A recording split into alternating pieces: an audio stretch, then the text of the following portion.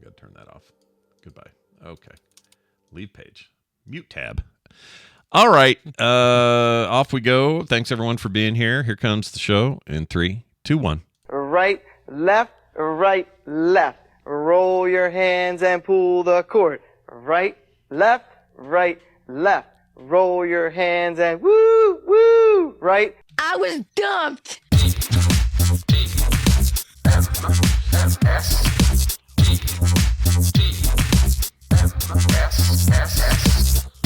This is the Morning Stream with Scott Johnson and Brian Ibbott. Big ol' freaking dirt blanket.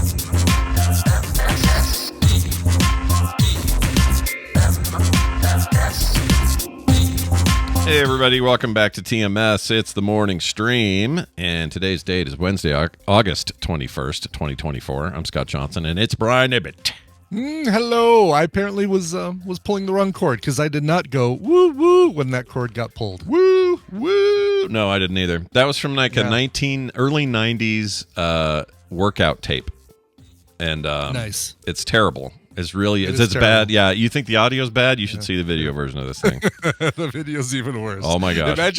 Imagine the worst video that you can that goes along with that audio, and it's worse than that. Yeah, it's worse than you think. So never underestimate the power of garbage.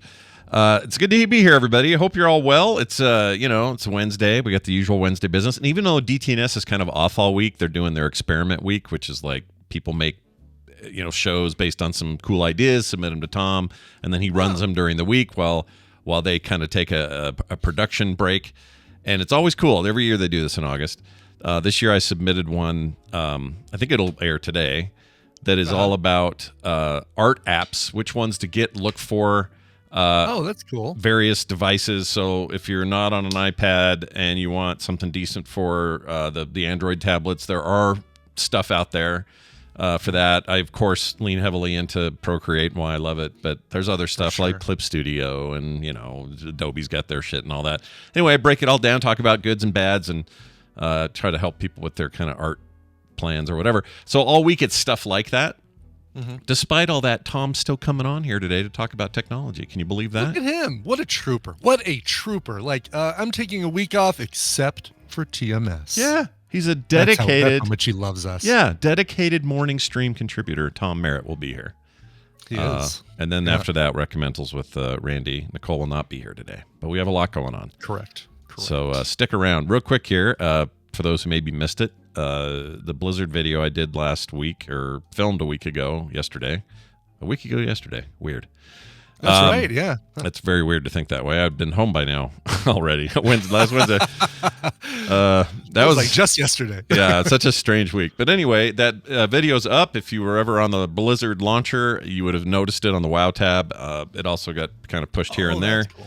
And you want to watch two old Muppets talk about 30 years of Warcraft and hear Chris Metzen's awesome takes on that stuff. It is available now, so you can go check it out. Which is perfect timing because later today, sometime this afternoon, you will get the Instance 2.0 Episode 1 will air today as well. So all kinds of WoW stuff happening, and the early access to the expansion launches tomorrow. Oh, cool. So a lot going on in the world of the Warcraft right now. That's so cool. Yeah, Warpforge in the chat asked me, he said, Brian, are you back in World of Warcraft? And I said, yeah, it's like this. I was just saying to myself the other day, like, oh my God, thank goodness I'm done with heroin. Boy, it sure was hard getting off heroin, but now I've been free from heroin for quite some time. Oh, what's this? Oh, my friend is doing a podcast about heroin. Damn it! Yeah, now you got to get back into the heroin now. Yeah, exactly. Now I get back in the Brian's going to be down on the streets. It'd be like 2 a.m. looking for his dealer. Give me some of that. Give me that sweet H. Do you know where I can get this quest? Hey, do you know where I can get this piece of gear, man? Can you just hook me up with this piece, with these double blades, man? Yeah. For my two-handed rogue. Yeah, man. I love it. I like that had a vibrato to it. That was cool. I was actually in the game last night looking at rogues, and I realized of all of the classes, it's the one I've never really played as a rogue. That's me. That's really funny because it's the only. Well, I have played. I played a Death Knight. I had a reggae troll Death Knight for a while named Desmond Decker. Still have him. I mean, he's still in my still in my account. Yeah, they do this thing now where they list the character listing. Used to be by server. Yeah. It's now listed as no matter where your characters are, they list in one giant list. and they'll still be on those servers, and they'll say when you hover over them where they are, but it's all in one list. And I didn't realize how much weird little characters I've never touched for 20 years are sitting on Really? That servers. you started on a different server? Yeah. And, oh, wow. Yeah, I got a guy named Roy. Literally. Oh, yeah, I remember Roy, because you were so excited you got a three-letter character name. You locked it in. The only problem is he's on a server that I'm not actively playing on, and so I can't really use it. But he's still there, sitting there, named Roy. Yeah. I got a warrior on some server that I literally created this character November of 2004. Wow. His name is Wetblade. And he was just my bank alt. That's all he was good for. And he's just chilling in Orgrimmar. Yeah, that's so weird. It's weird. Yeah, I've got oh geez. I can't even think of the role or the class or the whatever. But there was the city way up north on This is how bad how long it's been since I played WoW too. It's like an elf city up north that's all pretty. Oh, you're talking about Silver Moon and the Blood Elves, right? Blood Elves? No? Maybe not. No. Was it Silver? No, I don't think. Maybe it was Silver Moon. They're kind of. It was added in the. It was added in the. Teldrassil? No. Kel'Thas? Oh gosh. Was it added in the which expansion? I think it was added in Burning Crusade, I think. Oh, that'd definitely be Blood Elves and Silver Moon then. Was it? Okay. I thought it was like way up north on the very north end of the of whatever continent my orc started out on. That's Ashenvale, and that's Ashenvale. That's okay. Okay, yeah, Ashenvale's were all the. That was after Burning Crusade, then probably. I think that was I think Ashenvale's an OG. Oh, it was vanilla. Oh, okay. I think so. So I've just got a dude sitting there. He's my bank alt, my bank mule, basically, with like the biggest bags somebody could make for me at the time. I want to say that someone in our guild made them for me, and Tanner just made me some sweet 30. Not that he'll do this for everyone, okay, everybody. This is not an open invitation. Line up, everybody. He's doing it for everybody. But he made me 30. I think they're 35 slot bags now, something like that. Man, I got room to spare. It's great. Just killing stuff, keeping stuff, don't care at all, not even getting close to full. And then when I go to town, I'm like, I should sell some junk, and I make like 300 gold on junk. It's amazing. Yeah, oh, that's great. Anyway, cool. Coming back with a bit of a Steve, that was something that felt like such a lot of work too. It was like, oh my god, my bags are full again. I don't have enough space to pick something up. All right, well, let's find a mailbox and let's go send some stuff to my dude up there, and then put that on the auction house and let's see if it sells. Or well, the good news now is a lot of that heavy lifting is now part of the warband system. So you have basically all your characters, at least on the same server, will share reputation. Really? They share what is I forget all the stuff. Do they share a bank? Is the question? Yes. Do they share yes. A bank? They do. Okay. They do share a bank.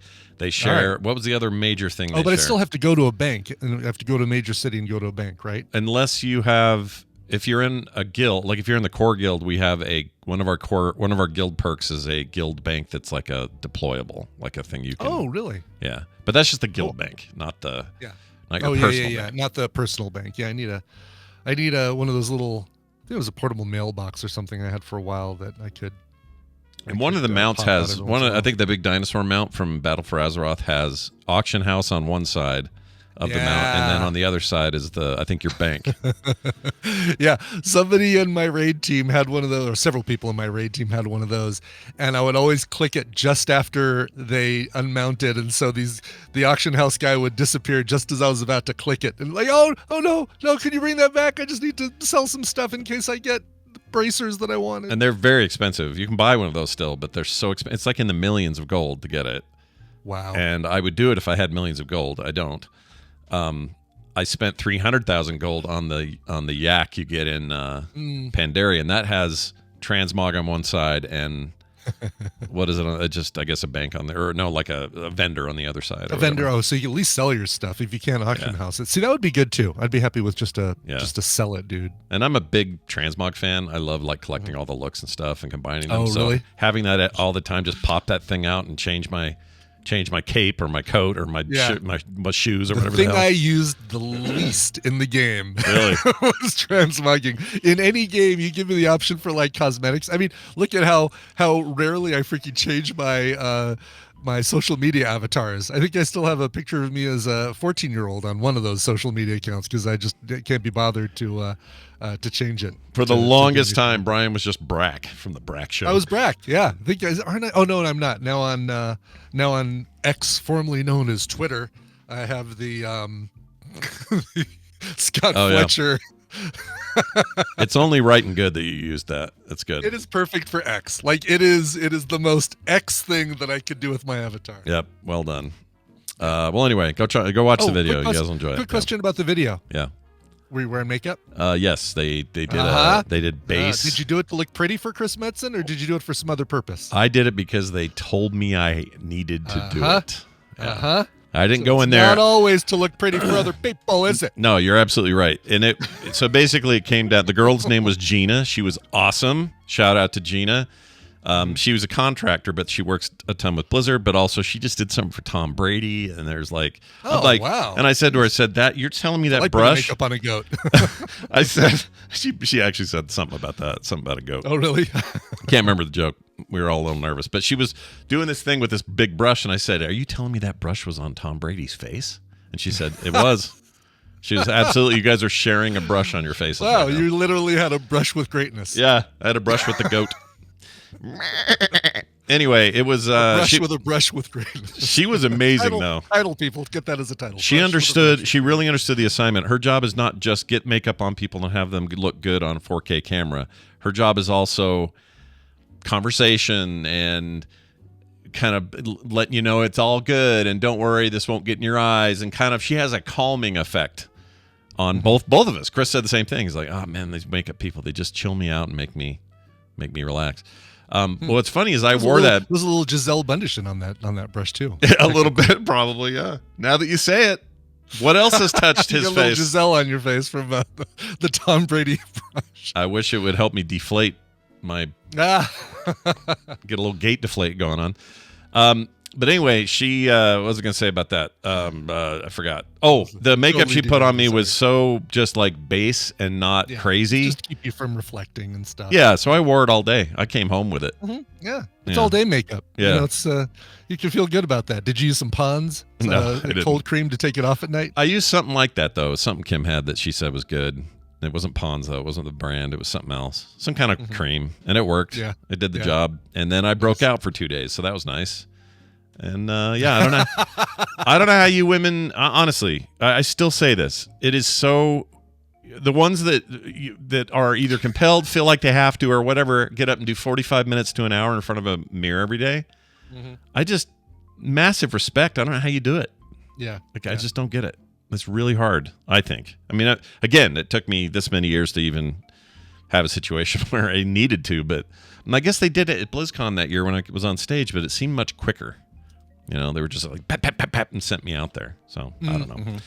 Anyway, we didn't shine, and that's the important part. Hey, we got a phone call about wasps. I love the follow up on the wasps. Oh, good. Yeah. This guy. Have you had any problem? Because you hung up the little the wasp, the fake wasp Chinese lanterns looking things. Oh right? yeah, I should report on that. I don't think those worked. I think. Oh really? Because you still got wasps. We still got wasps. Yeah, the only thing that has worked is that powder that Pacholik sent us, and that's it. Interesting. Oh, but that was just ground powder. Well, you could use it. I guess you could kind of use it anywhere, but we used it on these rocks where they had one. Yeah. And the result of doing that stopped wasps. We had another half start of a thing, and they went away.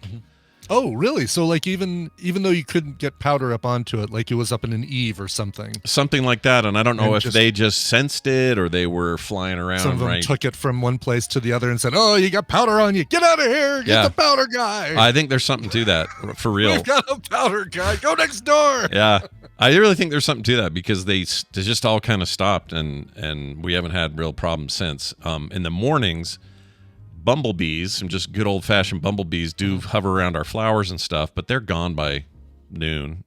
Yeah, and bumblebees don't care about you. Like I love bumblebees. Yeah, especially the bigger, the fatter, the fuzzier, the better. You know? Yeah. The 2 or 3 times I've been stung. The ones that truly bumble. Yeah, the bumbling ones. They're the ones we love the most. I like the bees that bumble. I've been stung maybe 6 times, 5 times in my life or something, and none of them were ever bumblebees. They've all been wasps, hornets, wasps, yellow hornets. jackets. Yeah, it's the dick bugs. Dick bugs, basically. dick bees. Yeah, the dick bees performing live. The dick bees. Some old 50s crooner band. Doo-wop band. Yeah, Yeah. the dick bees. Yeah, sure. It's perfect. Saw them at the Hollywood Bowl. Anyway, let's play this call. This is about that again, and it's we like hornet talk, so here you go. Good morning, Scorch and Burn. I got to tell you a little story about what I've done about my wasp problem at my house. I've actually had 4 wasps nests around my house. 3 of them were in an umbrella that was left behind by the previous owner, which was not fun because I got stung 3 or 4 times when I accidentally walked underneath it. Anyway, what I did was I got a can of starter fluid for a car and a lighter, and I lit the lighter, and then I did one little spray of the starter fluid. Big fireball. Next thing you know, every single wasp fell on the ground with no wings to fly away or attack. So then I just went ahead and stomped on them. And yeah, solved the problem. Admittedly, this is the kind of thing that could have got me on one of your TMS stories. Man burns down home trying to kill a wasp. Luckily, that didn't happen. So anyway, love the show. Yo. All right. Oh my gosh! Yeah, that is the start to a Florida man story. Mm-hmm. Florida man burns down house using starter fluid and butane lighter. Yeah, you're brave to do it. I don't think I could do it. I think I would be too worried about burning stuff that isn't meant to be burnt. But sounds like it worked for him. I'm telling you though, this powder is like magic. I don't know what's going on with it. We still have the spray. We went and bought some more spray because there were a couple more nests up in the. So we have a thing over our patio, a little roof over our patio. Yeah. And God, that's great. When it is raining, I can sit out there and smell the rain and watch the water coming down and just like get that cool. Oh man, I love it. Yeah, big fan. Neighbor next door, crazy neighbor, has a pergola, so rain just comes right through. Nothing to block it. Rain's just boom right in. Ha! Anyway, but it's got these little areas where perfect place for a wasp to build one of their little mud nests. And so Tina's like, Brian, can you go out and deal with the wasps? And she even gets the can of spray out for me, puts it on the table. Like, yeah, okay, I'll go do it right now. And so I go out there and I figure out exactly where it is. It's dusk, so it's a little bit dark, and especially in those little box eaves. So I hold up my phone with the flashlight on it to see where it's at, and I get ready and I aim and right on it, and it's the foaming type of spray, so it just completely encapsulates the wasp's nest, so completely soaks the nest itself, and then any wasps that are in there are either they take off like a bat out of hell, or they tumble out like dummies. They tumble out. They just flop out, encased in foam. I know. Sorry, Claire. This probably makes you so sad. Yeah. But I'll do that, and then I kind of go under the roof so I can just kind of watch and just make sure we're all good. And I watch as this big blob of foam and mud wasp nest just goes plop right into a planter that is sitting on the banister, the rail of our patio. Oh shit! This is the one that has you talked about this. The one that has. Did I talk about this? Oh, yes, I did, didn't I? Where I said, "Hey, hon, is the stuff in that planter, is it herbs for eating or is it decorative?" And she looks out. She says, "Well, it's decorative now." Yeah, okay, I did the story already. All right, sorry. Yeah, no, it's a great story. We covered this on a previous episode. If you're just joining us now, yeah, maybe you missed it because you skipped that episode. Now you're hearing it for the first time. Exactly. Now you're hearing it. Brian ruined the whole bucket of freaking herbs. just no more dill, no cilantro, not for us. No thanks. The only downside of this powder is that it looks like someone painted the rocks we poured it on, and it doesn't just come off. Although I think the rain may have washed it away by now. Wait, do you mix it with? So you mix the powder with water and then put it in there? No, it's just straight sprinkle powder. Oh, really? Okay. Yeah. Now I think you probably could do if you had one of those pump sprays or whatever, you could do that's how you would get to higher places, I would assume. We haven't tried that, but I think you can probably mix it, but we didn't do that. And it just looks like someone took white spray paint and just on the rock. It's that kind of matte finishes the rock. And then I think with enough rain it goes away. But man, that stuff worked. Can't recommend it enough. Brian's method works too. Look, if you've got hornets, kill them. Move the decorative planter, please. Just do that and you'll be fine. Kill hornets. Take that. Kill Claire. my hornets. Kill the hornets. C-I-L-L. Kill my hornets. That's an Eddie Murphy joke right there. It is. It's one I remember fondly. You watched that. That was the season you watched. Yes, that was there's the only one. You know what? I was into that show right up until I can tell you when it was. Let's see, about a year into Will Ferrell, which is right around the time streaming happened. Or maybe it was a little later than that. Oh yeah, that's right. Right, because it wasn't really you said it wasn't the content. It wasn't just a matter of like, oh, I don't want to watch it anymore because they ticked me off or they got bad or anything like that. It was just the I just got out of the habit. Just live viewing. Yeah, but then you'd think, well, Scott, you're streaming now. Why didn't you watch more Olympics? I don't have a good answer. I don't know. And why did you watch? Oh yeah, the Olympics are great. Yeah, I barely watched any of it. So. We watched after seeing the that Australian woman, that poor Australian woman. My God, she had to get off social media and feel so. Yeah, she took too much shit for that. She really did. She didn't deserve all that shit. She didn't deserve any of that shit, folks. It was just, but we watched the rest of the breakdancing stuff, men's and women's. God, it was good. It was so.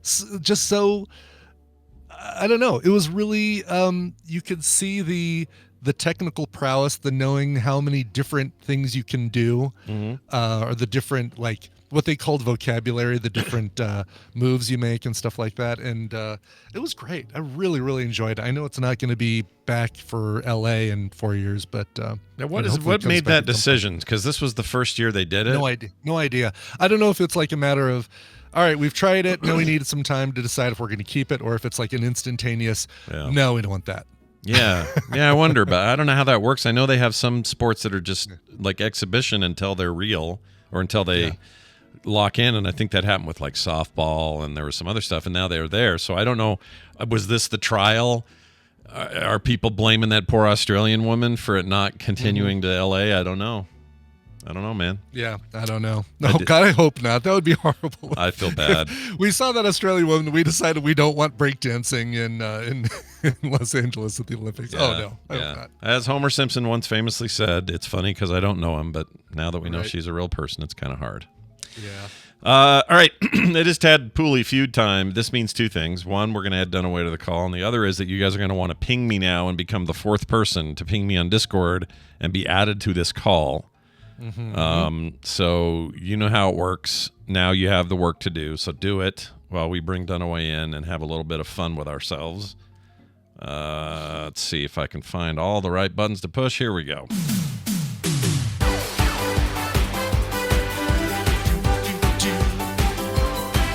Hey, look who it is. It's Brian Dunaway joining us. Hi, Brian. How are you? Oh, hi, Scott and Brian. It's hump day. Yeah, it is. It is hump day, man. Like, does it make you feel any different to know that you're in the middle of the week than it did yesterday, for example? Does it make you? I don't know. Hell yeah, it does. Yeah, it's like the old statement. Like, how far can a dog run into a forest? Only halfway, because then the other half he's running out. Oh, so I we're like halfway that. running out of the forest is what we are. Yeah. Plus, where I live, the humidity dropped overnight, as well as the temp. And just for a brief second, I realized, hey, summer is leaving eventually. And I'm so excited. It's like starting all over. It's like, yeah, it's time to do some stuff. Yeah, fall stuff. It's leaving faster than you think, man. The summer went so quick. I kind of hate it. Not quick enough for me. Get on out of here, baby. Well, here's the good news. Someone picked up a white paging phone, and the doctor is in. Doctor Jerry Tolbert is today's fourth caller. Well done, dude. You slotted yourself right in. How you doing? Doing good. Can you hear me okay? Yeah, you sound fine. You sound like you're busy at work. You're taking a moment out of it. You know, you got people to look at. You got smears to pap. Tell us you're doing somebody's exam right now while you're playing the game. Would be great. No, I was on jury duty this morning and got dismissed, so I'm just sitting at home right now. Nice. So So you're done? You're out, or are they going to call you back? You know? No, I got out there. They always keep pulling me back, but I got out. Yeah. Okay. Did they settle or did they just not pick you?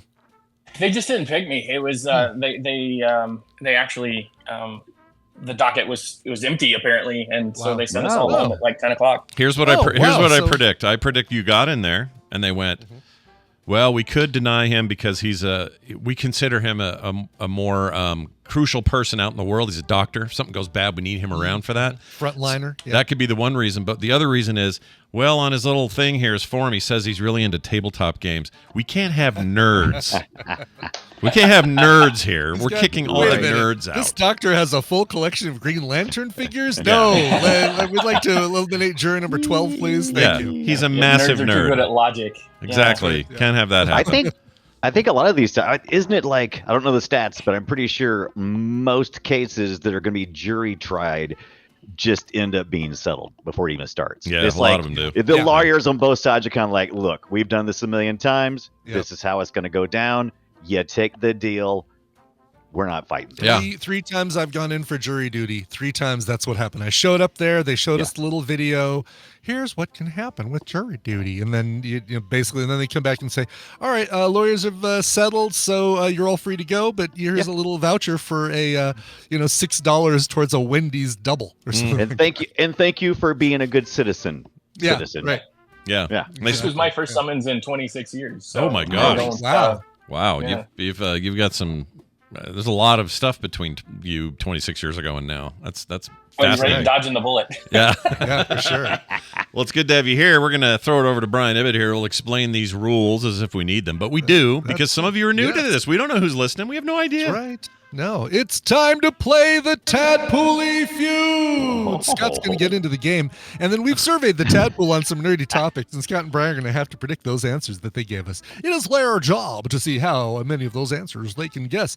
Dr. Tolbert, your job is more important than ever because you're going to be working with either Scott or Brian, and if they succeed in their pelvic exam and your team wins, you will get a prize package that includes Quantum Replica, and then another pair of games from Yana, escape room games. This is good with 2 people. So if you have a friend who also has a Steam account, you and them can play Escape First Alchemist together. Up to 4 players can play Escape First Alchemist. I don't know what that but is. Only one can escape first. Yeah, that's true. That's true. Yeah, right. Everybody else is second place. I don't know what that is, but it sounds great.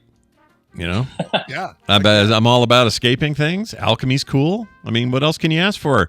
Look, Dr. Tolbert, you prescribe alchemist things all the time. That's right. You're basically an alchemist yourself. That's right. Humors and bad black bile and yellow bile. We deal with that all the time. Oh man, the humors. I haven't heard that in a long time.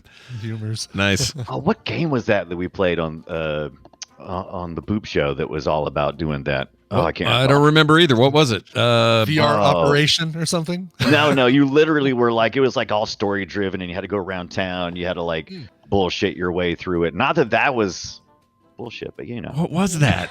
You're right. That wasn't this game though. Oh, shame on you. Is it one of those mobile games where you're who's the company that makes all the ones with the card games? Right. It seems like that, but no, this is a PC game. But it probably could easily be mobile. Yeah, you could. I don't remember what it was called. It's too many games, man. That's our life. Too many games. Well, anyway, that sounds awesome. These are fine prizes, I think. Fun games. Big thanks to Yana for sending the escape room game, and Luis Loya for sending the other one, the quantum game. All right, guys, put your hands on your buzzers, turn your head and cough, and give me your best answer to this. We asked 522 Tadpoolers, what's your favorite all-female musical group? Scott. Well, my favorite is Barracuda. Yes, Barracuda. Hold on. What's wrong with me? Barracuda. Why can't I think of their names? The Barracuda People. They sing the Barracuda? It's called, it's got the Wilson lady. It's, 2 of them, as a matter of fact. Heart. All right. Show me Heart, the band that has 2 women and 3 guys in it. Oh, shit. Show me Heart. Oh, it's in there. It's female-led. The Tadpool doesn't know. Yeah, but I didn't say female-led musical group. I said, what's your favorite all-female musical group? Yeah, you're right. 18 Tadpoolers. That's right. I don't know anymore because it was so long ago from the time you asked the question until Scott finished the cross the finish line. I don't know. You'll be all right. Six answers will beat it. Brian, name an all-female musical I'm group. gonna go with Brian Ibbott's favorite girl group, Spice Girls. Show me the Spice Girls. Number 1. Shit. Yeah, number 1, surprisingly. And so it's very funny how people assumed that I put this question in there because I wanted them to say Spice Girls. Number 1, I don't technically write the questions. I get questions like basically at the end of the survey, every survey it says, hey, give me a question to use for the next survey.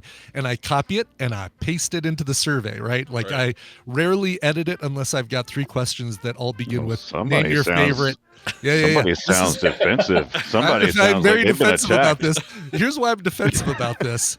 Because so many people responded with, sorry, Brian, not the Spice Girls. It's like, I didn't ask you. I didn't ask you to tell me if you like them or not. Me. Yeah, Exactly. I get it. So that's why I'm defensive about it. It's like, come on, I have to defend myself. So Spice Girls number 1. Brian, you get Jerry as a partner, and you get Control de la Board. What do you think? You got one in your head? I was thinking about the Runaways, another of Brian's favorites. Perfect. It's got that. It's got. What's her face is the lead singer? She may.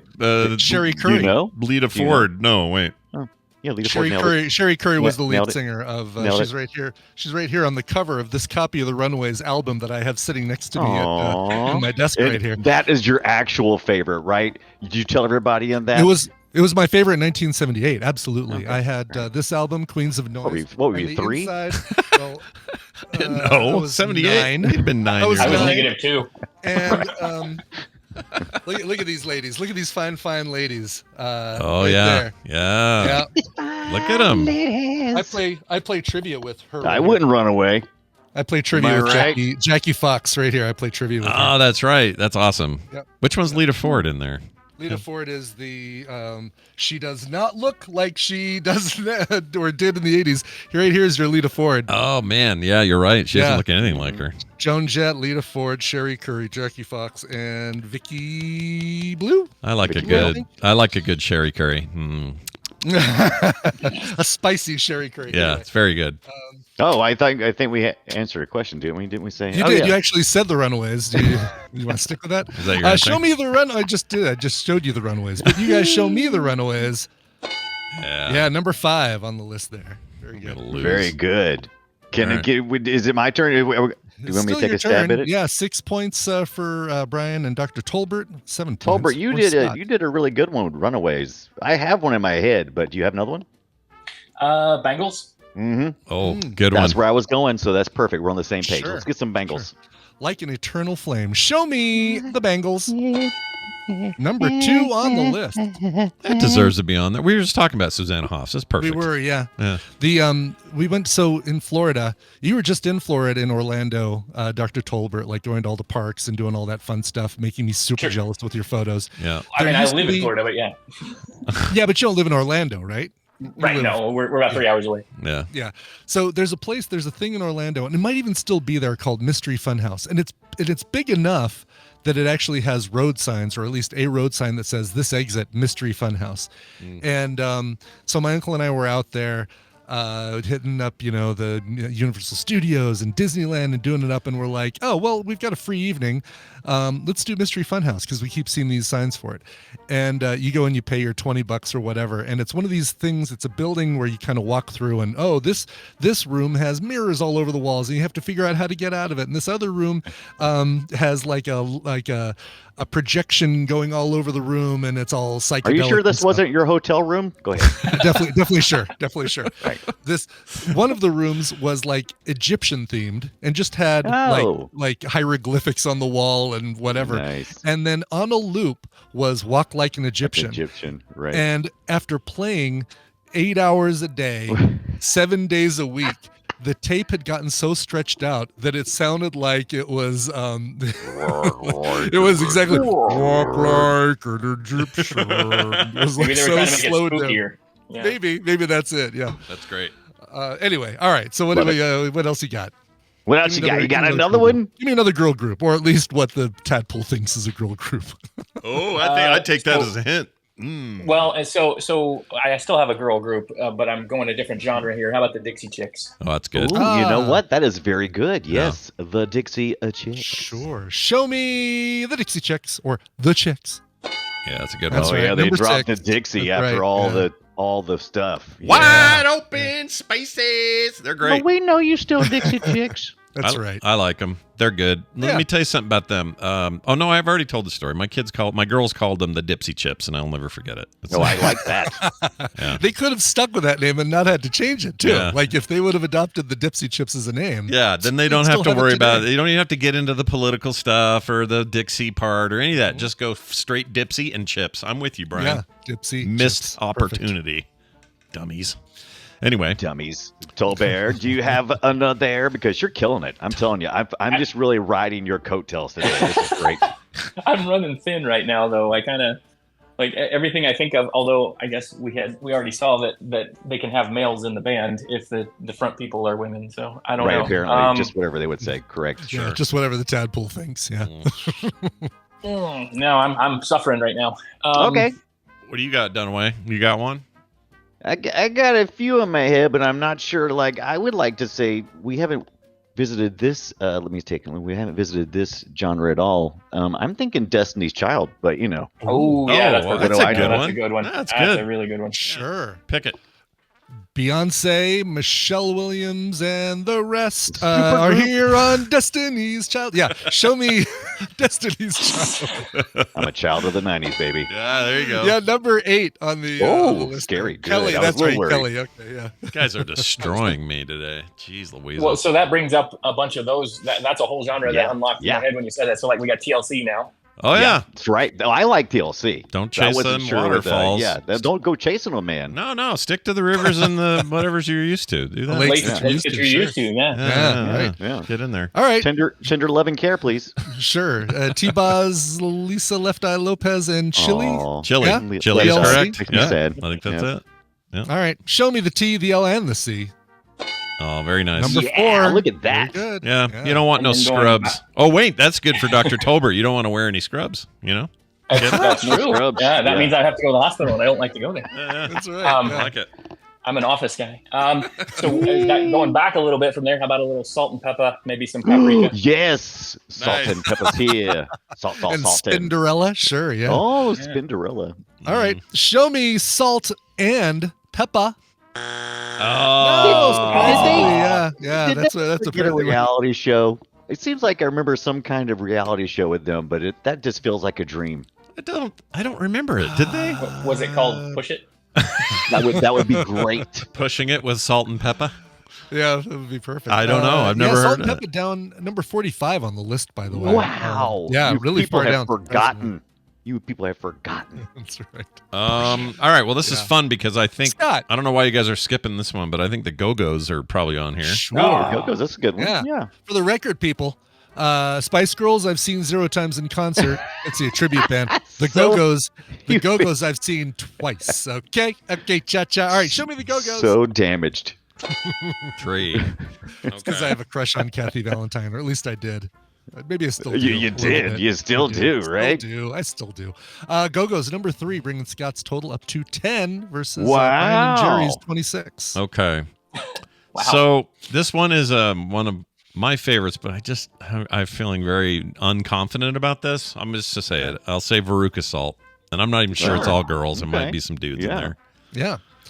Show me Veruca, 2 females in the group and 3 guys in the back. Salt. I love how at least part of Johnson's girl groups are all half. Yeah.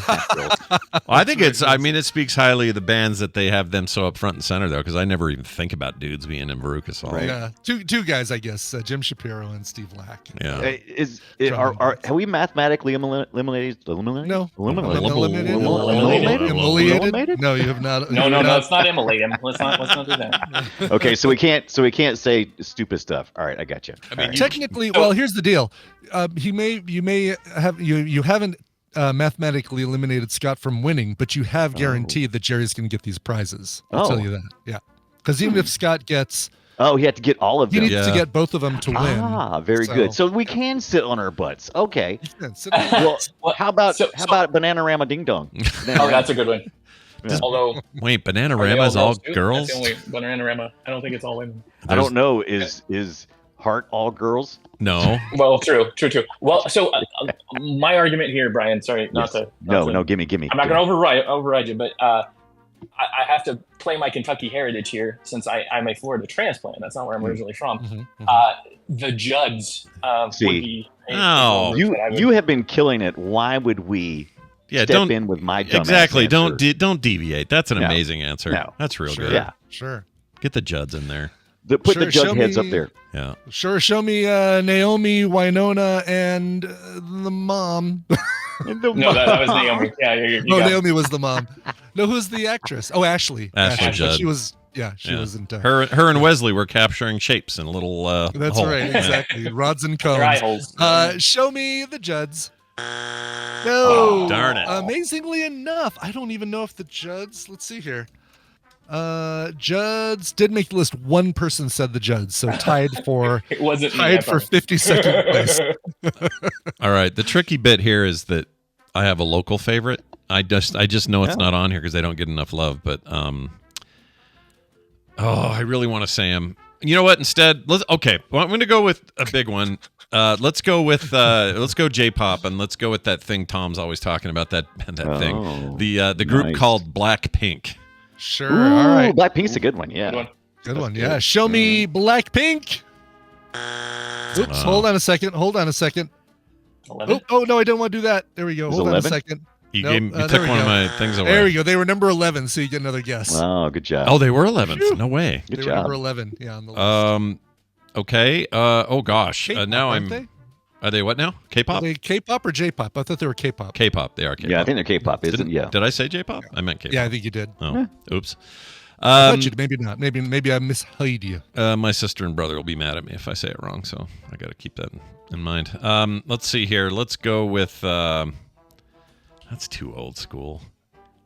My mom's band. My mom's band. Who is it? Wilson Phillips? Who's your mom's I'll band? just say it. The Supremes. I don't know if they'll be on the Supremes. here. That's a good one. Sure. Not a bad answer. Yeah. Show me the Supremes. Oh, where did my points go? Yeah, no. Supremes were they were in the list higher, by the way, than than the Judds. Number 30 for the Supremes. Diana Ross on the Supremes. All right. It says supersizes. That's what they would call them now. You know? That's right. Yes. Anyway, the Supremes were made with all the same ingredients as the Deluxes, just in a different order. You just add sour cream. Yeah, right. Exactly. You take one of your 7 ingredients and you add it. Surprised you didn't say the Andrews sisters, you old fart. I know, right? Oh, you still can. There's still 2 strikes on the board. Yeah, what do you got? You guys have 26 to Scott's 10. What you got? How about Latrim? Oh, I was thinking La Seraphim. Oh, another K-pop deal. Yeah. Yeah, they were. I was BlizzCon. talking about the cars that go boom, but whatever. Yeah, but Tigra and Bunny. Yeah, who the hell's gonna choose that though? Nobody. Me. I think you should do. Right, what are you going with? What's your answer? Either that or Pussy Riot. Just because I wanted to say it, I had to say it. Well, I mean, the Pussycat Dolls could definitely be an Oh, option. well, that's a good one. And I'm it's outside the box. I'm not going to tell you guys what to do, but I like that one. I'd be winning. Like if I was in a position to tell you what to do, I would be winning. So don't listen. Either way, I win, so it doesn't matter. So you say what you feel in your heart, Brian. Let's do the Pussycat Dolls. Sure. Nicole Scherzinger and the rest of them. Show me the Pussycat Dolls. No, they were in the list as well. They were down at number 24. Hole.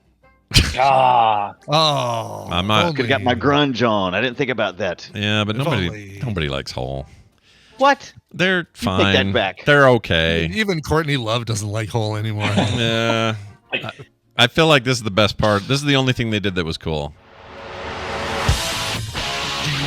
That right there. And there wasn't any singing, right? Not really. They were mostly just going, What I just meant that part, that lick was guitar the thing riff that was at the cool. beginning. Yeah. It's a killer song. All right. I'm going to just say the one that I want to be here. I know it isn't, but because Jerry's going to win either way, I feel okay doing it, giving him props. The originally from Salt Lake band, the Aces. Oh, yeah. Oh, the Love Aces. Yeah. I love them. Show me the Aces and the 30, or no, is it the 801? 305? 301. Yeah. 801. Yeah. 801. That's it. Yeah. Show me the Aces. Oh, You guys should all go listen to the Aces. The album with 801 on it is one of the great all-girl album. It's fan-freaking-tastic. Highly Yeah, the recommend newer it. So is album's that- even better. Yeah. It's good Does stuff. that have 10 hams, or is it just the 801? It's just the 801. There's no hams. No hams That's on going there. back. Amazingly, only one person. I'm so bummed about this because I think I played him. I think we introduced everybody to him here as Indie in the Middle. Only one person said Aces. Bums me out. Boo, boo. 2. Scott Yeah. said it too. Yeah. That's Oh 2. yeah, okay. Well, he cannot vote. But that means the round is He's a over. felon. And Jerry, you won. You're getting these prizes. Let's see what these last two are. A lot of people in the chat room are saying this one. Show me number 9. Kitty. I don't know who that is. Kitty. Kitty. I have no clue. Yeah. I don't either. I don't know. Alternative, Wow. indie band. Okay, Okay. so I would be on the list, but none of us know him. Wow. Okay. We're old. Going, That's good. yeah. A lot of people like him. 13 people like him. Like enough to put them on this list. a lot of people. 10 people like this band, and we go back. Oh, metal. They're metal. I love going metal back. stuff. Going back a little Canadian. ways for this one right here. A little punk. Oh, Donnas. The Donnas. Yeah. Yeah. That's a Good good Great- one. Great cover of Strutter by the Donnas. They're really good. Did the En Vogue make it on here anywhere? Oh, it definitely should be on. So let's go through the rest of these. Black Pink, as you figured out, was number 11. Heim, the sisters. Oh, the Heim sisters. Oh, I Yeah. forgot about Heim. Heim Yeah. sisters, number 12. Pussy Riot, 13. Boy Genius, number 14. That is Lucy Dacus. It's like a super group, and it's Phoebe Bridgers, Lucy Dacus, and I can't remember who the third person is, but that's great. Indigo Girls, number 15. Tegan and Sarah, number 16. That's a good one. It is a good one. Love those two. Yeah. The Warning, number 17. Josie, Spanish Mexican band, The Warning, all-girl group. Josie and the Pussycats, sort of. I mean, they're fictional, Yeah, I know, but still. But you did have the real version of it that did the single for the movie. They're like, if this was a boy band, we could say the Monkees, and it would still. It's like that kind of, it right? would still count. Yeah, exactly. Well, no, because the Monkees were actually live living people. The Josie and the Pussycats were cartoons. Oh, right. Good point. They weren't monkeys. Oh. Well, They were not monkeys. I always forget because they did that live action movie, but they were still just portraying animated The characters from the origin, animated series. We got to get into how the Archies, similar kind of thing, right? Where Right. the Archies were just a cartoon band, but we but got they to get even into how released the them and had a monkeys thing. essentially started Saturday morning cartoons. We'll have to Yeah, get there's into a that one whole, day. there's a crazy story behind those guys that isn't even in the music side. You're right. It's so weird. Mm-hmm. Sure. Everything Yeah. about the Monkees is weird. Sleater Kinney, the band that's got Carrie Brownstein from Portlandia in it. Four Non-Blondes, Oh, Baby Metal. Love. Big Metal's great. Bananarama was on the list. They were number 22. L7, a band called Twice. Veruca Salt, number 26. I think we talked about them. Vixen, number 27. And Vogue, 29. Tattoo. Wow. Wailin Jennies, Fifth Harmony. ABBA, hate to break it to you, but ABBA is half dudes. Wait, someone the two said B's in ABBA are dudes. Who said Waylon Jennings? Boy. Who said Waylon Jennings? Did you say Waylon Jennings? No. The Wailin Jennies. Oh, The Wailin Jennies. Yeah, it's a play on. It's a play. Oh, that got me good. I had no idea. Yeah. Bewitched, Babes in Toyland, Bond. Oh yeah, they're like all string instruments. They're really cool, cellos and stuff. Fifth Harmony, First Aid Kit. Love First Aid Kit. Joan Jett and the Blackhearts. I think Joan Jett is the only one. Joan Jett and the Blackhearts. Yeah. But I might be wrong. I don't know the lineup. Katzenjammer, Mama Moo, Pointer Sisters, Scissor Sisters. Guess what, folks? I want to know what they're Shakespeare's talking about sister. It's funny that we have the Pointer Sisters, the Scissor Sisters, and Shakespeare's sisters all one right after the other. Shakespeare's sisters, by the way, two members of Bananarama. Oh, no way. Didn't know that. Interesting. Yeah, I had no idea. SWV, Sisters with Voices. The 5678s, the band you see in Kill Bill. The Beaches, brand new band or newish band from Canada. If you do nothing else after TMS today, go listen to the song "Blame Brett" by the Beaches. Blame it is Brett. great. I'm writing Blame it down. Brett. Blame Blett. Okay, I wrote it down. Blame Brett. Anywhere on there, the Ronettes? Did the Ronettes make it? The Ronettes did not make it. Somebody said 10,000 Maniacs. They're in for a rude awakening too. All Saints, Atomic Kitten, Bandmaid. She's wait. She's the only girl. 9,999 of them are men. That's right. Okay. That's right. And Natalie Merchant, not even with the band anymore. She left, and a new woman came in, and then she left, and the woman from Sixpence None the Richer came in. Lee Nash. Oh, I like Blondie. Guess what, folks? Lots of dudes. Also, lots of dudes. The Breeders, the Brown Eyed Girls, the Butcher Babies, the Crypta Dream Evanescence. Oh, Fuzzbox. Fuzzbox. Generation. I don't like Fuzzbox. I don't like that. Hailstorm. I love it. Hanson, very funny. Luscious Jackson, Metallica, Oasis, Pixies, Plush, Red Velvet, She Daisy, Shonen Knife. Oh yeah. The Aquadolls, the Be Good Tanyas, the Cheetah Girls, the Double Clicks, the Iron Maidens, the Judds. They had that one right there. Yeah. The Like, good choice. I don't know who said the Like, but you're one of my favorite people now. The Regrets. There we go. The Ronettes. The Ronettes did make the list. One person said the Ronettes. Right. The Veronicas, Thunder Pussy, the Waitresses, Zepparella, and Zoloff, the Destroyer. Thank you for running over Thunder Pussy so quickly. Yes. And, thank you very much for that.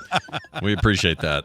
Well, Dr. Tolbert, this means one thing and one thing only. You get one of these from Fletcher. Congratulations. I get one of these. But you get to win these prizes. Brian, tell him again what he'll get, as if he probably doesn't already have them in his thing. I'll bet you've already sent them. You're going to get a, oops, I put it in there. It should really go, Thanks, Brittany. See it in the list there. Escape First Alchemist, which is you get 2 codes. You can share this with a friend. This is an escape room game that you can play with up to 4 players. You can play it solo, but why would you now that you've got 2 Steam codes? Sure. You're also getting a copy of Quantum Replica. Ooh. Yeah. All right. Well, careful with the replica of Quantum make sure Origin. you redeem these quickly because I've got them right now. Yeah, I'm looking at them right here.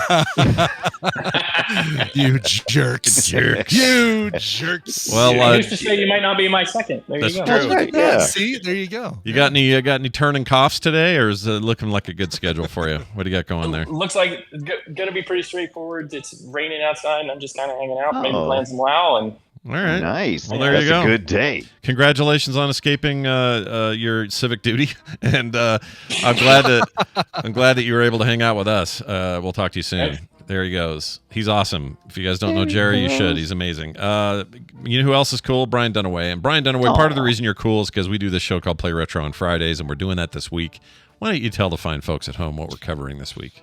Absolutely. We're finally getting down to Dune 2, that the game that codified the real-time strategy games. And I never played it, and I have been having a blast this week, though I'm no good at it. It's still very good. It's weird, though, because it's like a Genesis game and plays very funky on a controller. Oh. In that era. You're playing the Genesis version. I am. I'm playing the PC DOS version because I hate myself. And it is a very different experience. And it leads me into what I eventually played more of, which was Command and Conquer. And I'm like, oh, this looks like the same darn engine. Mm-hmm. Guess what? Yeah, it is. A lot of connective tissue. Tons of connective tissue. I mean, you don't even have Westwood Studios without the success of Dune 2.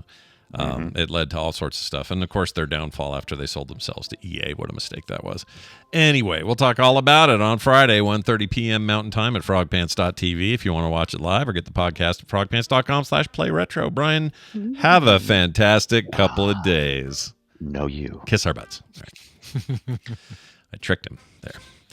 Yeah. We're going to take a break. When we come back, Tom Merritt will join us. A little bit of Tech Time talk. And after that, Randy Jordan will be here for some Recommentals. Before all that, a song. Brian, what do you got there? Yeah. This is an indie artist. She goes by the name Veronica Lewis because that's her name. She's got a brand new album called Too Late for Tears. Came out this last Friday via Moonwink Records. Big thanks to The Syndicate for getting me this track. This is great. Really, really good stuff. Brand new video on YouTube if you want to watch it as well, and you can stream the whole album wherever you get your streams. The song, first single, is called Where is it here? I'm not pausing because for effect. Oh, there it is right there. Too Late for Tears. Oh, it's the title track. That's why I was why I was having a hard time finding it. It is the title track of the album. No wonder I couldn't find it. The album, Too Late for Tears. Here's the song, Too Late for Tears. Run, squat, give me that booty, give me that booty, give me that booty, nice, ha, ha, ha. Do it again, come on, go. You're teasing the gorilla in the monkey house.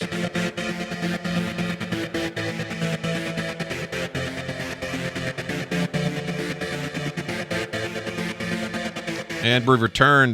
Tell me who that was one more time, please. Sure, that is Veronica Lewis with a song called Too Late for Tears from an album called Too Late for Tears, which just came out this last Friday. Why is that so familiar? Too Late for Tears. Oh, I'm thinking of No More Tears by Ozzy Osbourne. Or Too Late for Goodbyes by Julian Lennon. Or, they all fit in Tears for Fears by Tears for Fears. There's a band They don't know. They really don't have a song called Tears for Fears. I was going to say, if they had a song like that, you could have self-titled album, band, and song all named after the band. There's a lot of those out there. The band who has a song and an album that are all named the same thing. That's great. Talk Talk, Living in a Box. Big Country had In a Big Country from the album Big Country, so I don't know if that one counts. But speaking of country, real quick review. Yeah. Post Malone released his F1000 or whatever it's called. It's basically a play on trucks. Anyway, it's his country album. Everybody knew it was going to be a country album. He's released a couple of tracks already. They were very good if you're into that kind of crossover or whatever. And I guess this is more of a, not really a warning, but I would just say to people who are looking forward to that, it is country as hell. Like, really it's not just like, oh, what if there's a little hip hop thrown into the country vibe? There's some of that, but it's mostly, pure, straight, put the hat on, ride the horse up the road country. So I don't know if Brian will like it. I'll have to find out. You'll have to listen to it. And let me know. the new Beyonce album, and I like that Sturgill Simpson, big Sturgill Simpson fan. So there's some country that I like, not much. It's a very, very thin. Life is a highway, but it is there is some space on that road for a couple of bands. You should try it and let me know what you think. Yeah, we'll do. For some reason, there we go. They wanted me to start 2 different groups with Tom, and I don't know why I did that. Oh gosh, don't do that. No, nobody wants that in their life. All right, let's play this thing for Tom. Where is it here? It's right here. We want Tom. Well, we got Tom. We wanted him, and we got him, on a week where he could have just said no, I'm not coming on. Because, Daily Tech News shows have an experiment week, gives him a chance to go see his brother and do some travel and wave at me from his airplane, which was really nice. But you've decided to be here anyway, and that's amazing, Tom. Thanks for coming on. Oh, well, thanks for allowing me to continue even when there's no DTNS. But there is a DTNS because it's experiment week, and it's you, Scott. You are the DTNS today. That's right. So I wasn't sure when mine was supposed to play, but it makes sense you do it on the Wednesday when I would normally be on. But if people out there want to learn more about what art apps are out there for burgeoning digital artists, what platforms are available for them, why you might choose one over the other, I tried to do as non-biased a look as I can. I currently think there's domination happening with an iPad Pro and Procreate, but I laid out, a lot of options. So there's tons of stuff you can get and do. I really hope people check it out if you're interested in that part of content creation. I think you'll get a kick out of it. So check it out. We've had some really good episodes and more to come with you carrying the torch today. But Monday was Andrea Jones-Roy doing an episode about data mining, specifically as it relates to polls and election data.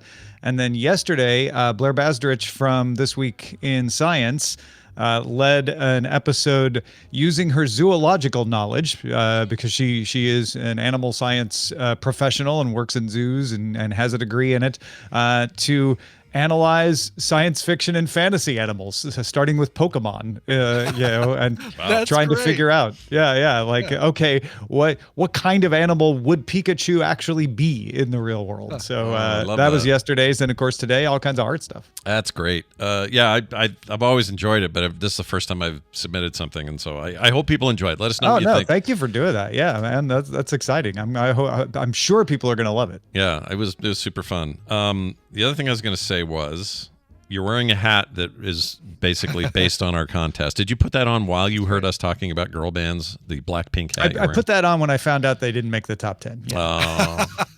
You're probably kind of sad about that. You love that band. You're into it. Like, how did Kitty surpass Blackpink? How is this possible? You know, what made it up was when you were going through the rest of the ones that were mentioned.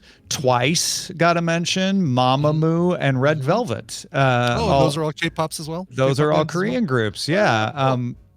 Not necessarily high up, in my a lot of my favorites. LE SSERAFIM didn't make it, aespa didn't make it, but yeah, I was like, all right, there's some representation in there. That's Nice. good, but Blackpink should be in the top 10. Come on. Yeah, they're huge. They're the BTS of K-pop girl groups, aren't they? They pretty much, yeah. They are the most successful sales and concert and all that sort of thing. Yeah, Lisa is going to be in the next episode or the next season of that HBO show about the hotel. White Lotus. Yeah. Oh, cool. That's awesome. Working with Walton Goggins in that season. Yeah, right? Yeah. That'd be awesome. Working with the Ghoul. Well, excellent, Tom. What do you want to talk about today? Since it's kind of a looser day for you, what do you want to do? We've got some Gamescom news trickling out, and if anybody's like, "Wait, you just shut down DTNS for a week," we do have Daily Tech headlines still going, so you get the essentials. And Samsung announced that 3D glasses free 3D gaming monitor they talked about at CES will ship by the end of the year. Now, they didn't give us a date or a price, so it's slightly condensed wear instead of total vaporware at this point. Condensed wear, but they are showing off the model, and if you don't remember it from CES, and why would you? It's a lenticular display. So same thing as in the Nintendo 3DS, but it uses eye tracking to be able to tell where you're looking to optimize the display for 3D. And everybody who's tried it says it works great. It's not going to work well for multiple people viewing it. So it's not going to work for a television, for example, but for a monitor where you generally, especially for a gaming monitor, you only need one person using it. It works really well. I've got some people on the ground over there that told me it felt like the fruition of what the 3DS rudimentary version of the 3DS, because back in the day, the 3DS was trying to do this, and they did, but it was very specific about your viewing angle. It wasn't tracking your eyes, obviously. But this is like the fruition of that, which is kind of great, although in some ways I feel like it's missed its window. I don't know that people care that much about 3D, but if this is impressive enough and not too crazy priced, I'd try this. I'd give this a shot. I think people will care about 3D when it's easy, right? Yeah. Like the reason 3D didn't catch on in TVs is because you had to do too much. And yeah, I know putting on a pair of glasses isn't all that much, but we want to be able to look away from our television while we're watching it. I think that was the big thing with 3D glasses is you looked away and you're like, oh, great, I have these stupid glasses on. Hold on. Yeah. So I think that was the hang up. This gets us closer to that, at least when you're gaming, but it's not general use. So I don't know that this popularizes 3D across the world. And because it's using eye tracking to optimize the lenticular, it's never going to be useful for group viewing because you can't have, well, at least in this system, you can't have multiple versions of the video going to someone. There are lenticular displays that can send two different videos to people depending on where they're sitting, but they can't be 3D at that point because you're using the lenticular. The other thing we don't have yet is a price. They are saying within a year that'll ship, but that's it. And by the end of this year, they say. Yeah, I would suspect it's expensive if I had to guess. I'm going to go within this year. Wait, yeah, let's parse this. Within this year. Okay, so by the end of this year. Okay, that's not by too the bad. end of 2024. Yeah. Here's my guess. $2,200 is my thinking. Yeah, well, there's a 27 and a 37-inch size. Oh. So it could be more like $19.95 for the 27-inch, maybe. Yeah, maybe pushing $3 for the big boy. And then 27 for the 37. Yeah. Something like that. I suspect when we start seeing hands-on with people like PC Gamer and other outlets that are focused on this space, we'll get some good idea of what to expect technologically. A little bit, more than just, well, we got to look at it at Gamescom and some actual down and dirty use.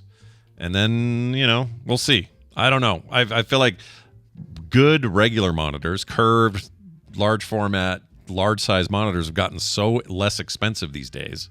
Yeah. That it's going to be, this better be really impressive for the price hike. So we'll see. Yeah. And we're just guessing at that price. The Wraith is already like, that price, it's DOA. I'm like, well, that may not be that price. Yeah, maybe worse. We are 100%. Maybe it'll be deader on arrival. Yeah, we are 100% speculating. No idea for sure what they'll do. Cheaper the better. Claire asked the pertinent question: will a game need to be developed specifically for it? No, it's up converting, which also may or may not work well depending on what game you're viewing. But it's taking 2D and turning it into 3D. I imagine games will be able to develop for it. Whether they will or not, I have no idea. Yeah, we'll have to see what happens there. Well, awesome. This is just one of the many cool things you can find over the Daily Tech News Show, and this week is especially interesting because you're going to hear a lot of new voices and different things happening over there. It's a really cool concept. We should do experiment week, Brian. Some kind of experiment. I don't know what it would be, but I like that idea. People submit rip it off. their own, rip it their own off. TMS for a day. Right? Yeah, we just take Tom's ideas and run with them. Go with it, man. Yeah. They're creative. Somebody will commons. submit a DTMS idea for one of our days. Tom will submit a DTMS idea. I love it. Yeah, I love the Daily Tech Morning Show, which is basically just Daily Tech News Show hosted by Brian and Scott. That's exactly right. Right. Here's a feud, Tadpooly Feud, but it's all tech topics. Yeah, and, exactly. Tech movies on Recommentals and here's some good therapy. Tech Thursday and Recommentals is not a bad name. That's right? pretty It's good. not bad, actually. That's yeah. pretty good. We can. But it's take only that. like iRobot and it's just, yeah, that's all it can be. this movie is about tech. Tom is also creating a book, and even though summer reading time is over, it's time for everyone to send their kids back to school, and you'll have a little alone time to read soon, and maybe they'll want to check out your new book. Tom, tell them how to get it and what's going on with that. Go to tomsnewbook.com. I'm going there right now as we speak. That'll take you to Unbound. You could also just go to unbound.com and search for it. It's called Synced, Synced. I submitted the manuscript a couple weeks ago, and it is, I'm proud of it. I was going through it and having that feeling of like, wow, this is really good, and then remembering that I did it, because it had been so long since I wrote some of it. That's great. So I really think this is going to be extremely useful for folks, and extremely useful for people in your family. It's the kind of book that is written to target all experience levels. So somebody who doesn't know anything about tech should be able to understand it and get something out of it, but it doesn't try to speak down to people. So if you're a sysadmin, I'll apologize to you at a few places for oversimplifying, but you may still learn something even in the topics you know about. And hopefully there's some topics that you don't know about that you'll learn something about in there as well. You can of course sign up, just get a paperback, but we have some other levels on there. Like you can work with me to record a question that will be featured on and answered on the Daily Tech News Show. There's a virtual meet and greet level where you can hang out and chat. There's even an executive producer level where you get an EP credit on DTNS. And if you really, really want to splash out, there's the patron level where you can have your name at the front of the book. You get all of the other perks that are on there, Q&A, the book signing, all of the whole ball of wax. So if you just want to make sure that this book happens, go to tomsnewbook.com and sign up at whatever level you can. And thanks to everybody who's already done that. I really appreciate it. I know a bunch of you have. Yeah, thank you guys. And Tom Merritt, I wish you nothing but luck with that, and also a great rest of your mystery week of shows. Ooh, mystery week. Sorry, experiment week. Better. Yeah, it's experiment week, but now it's mystery week. We just changed it. All right, well done. We did it together, team. Yeah. All right, we'll talk to you next time. That's awesome. Together we can make it happen. I really like that. What is that effect called on his book? Here, let me show you this up close. Show me. So it looks, it's lenticular 3D, Scott. No, it kind of has a vibe of that. Oh, really? Yeah, or more like what 3D glasses do.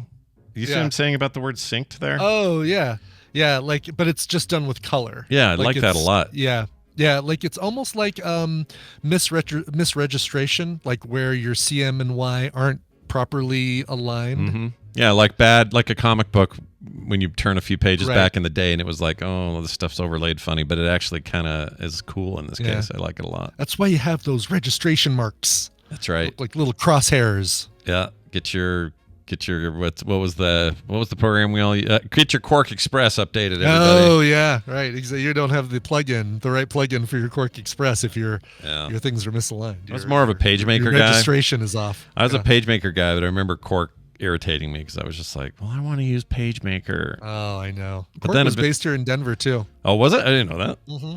They accidentally somebody even accidentally delivered a copy, like the big Quark Express box, to my cousin Kristen. Yeah, the thing was massive. Yeah. And didn't even have had her what was it? Had her address but somebody else's name, and we couldn't figure out because it wasn't somebody in her apartment building. So she just gave it to me. She's like, "Oh, you use Quark, right?" I'm like, yes. Yeah, so, that was like a couple of grand back then. It was like a $399.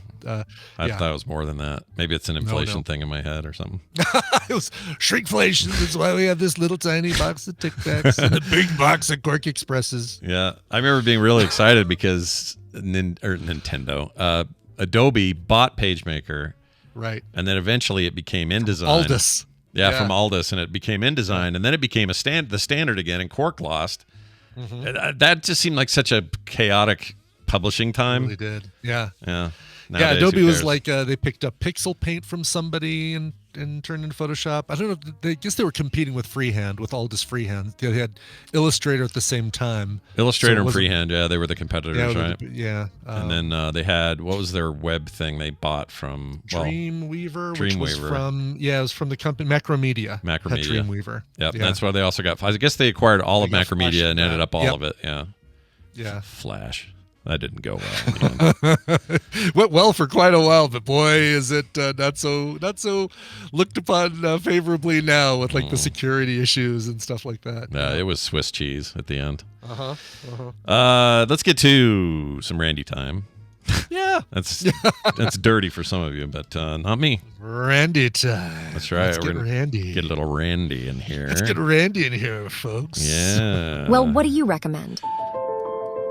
It's time for us to do Recommentals. Sans Nicole, she's got an appointment today, so couldn't be here. But three of us will hold down the fart, as they say, and we'll do it with Randy Jordan. Hi, Randy.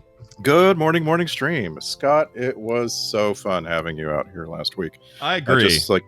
Brian, we took Scott and Kim to a restaurant that's in this restaurant concept area. Okay. And it was called Boss Cat. Yeah. And there's these other restaurants there, and they're surrounded by this master planned community. Yeah. And it was just we sat down and they brought out these jars of fresh pickles, veggies that had just been put in the vinegar. Yeah. We just sat could have just eaten that. Just that. Oh, that was just enough. That's awesome. As an appetizer kind of thing, or yeah. Oh wow. Yeah. Normally you pay for them; they're on the thing, but they just brought them to us. That was nice. It was like bread. Cool. It was like being at a good concept. Yeah. It was surreal seeing Irvine, California, through Scott and Kim's eyes because I'd never been here before. Yeah, and Irvine is weird. It is weird. You realize, it's very, very strange. It's weird how it's planned out. The history of it's weird. How new everything and why it's new is weird. There's just a lot of weirdness about it that I didn't expect. And we've been to John Wayne before, but that was always for BlizzCon. So we would go straight to Anaheim, the other direction, and was just never in Irvine. And Irvine is unique. It's a very different, different very place. Strange. Yeah.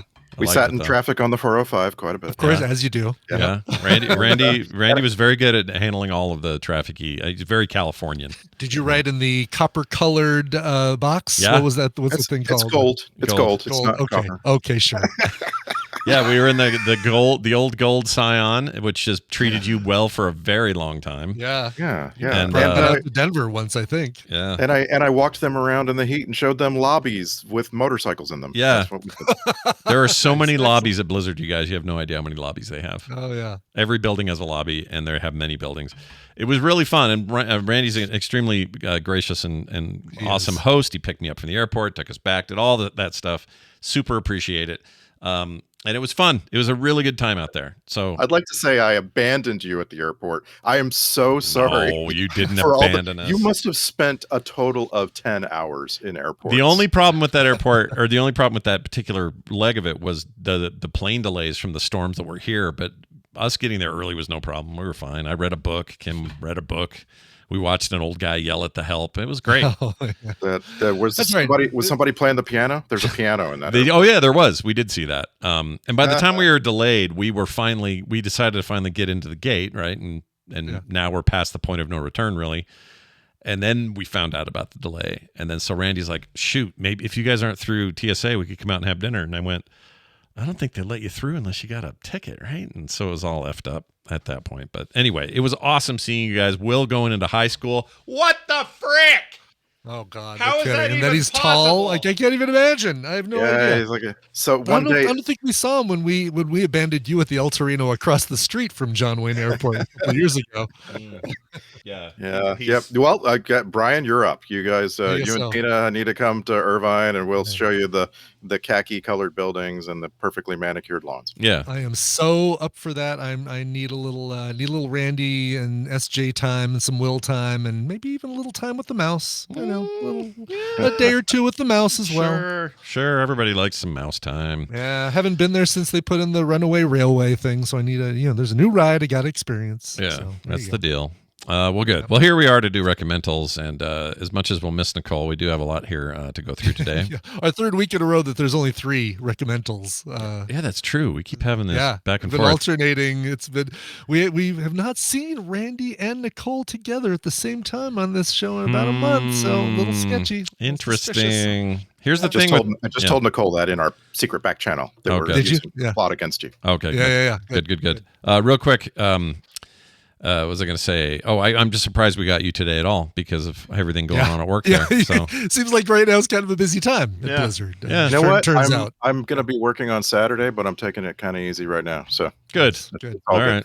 Well, good luck on all that. Let's get to these Recommentals. Brian, let's talk about yours. You have a little setup here for your clip? Yeah, I up until last night, I was going to do the Instigators as my Recommental, and because, what is it, my 5th heist thing in a row after a couple film sack heists and a Recommental heist with Parrish last week. I'm heisted out, but the Instigators, pretty good with your Casey Affleck and your Matt Damon. There you go. There's your Recommental for the Instigators. But what I am going to recommend, or Recommental today, is also on Apple TV Plus.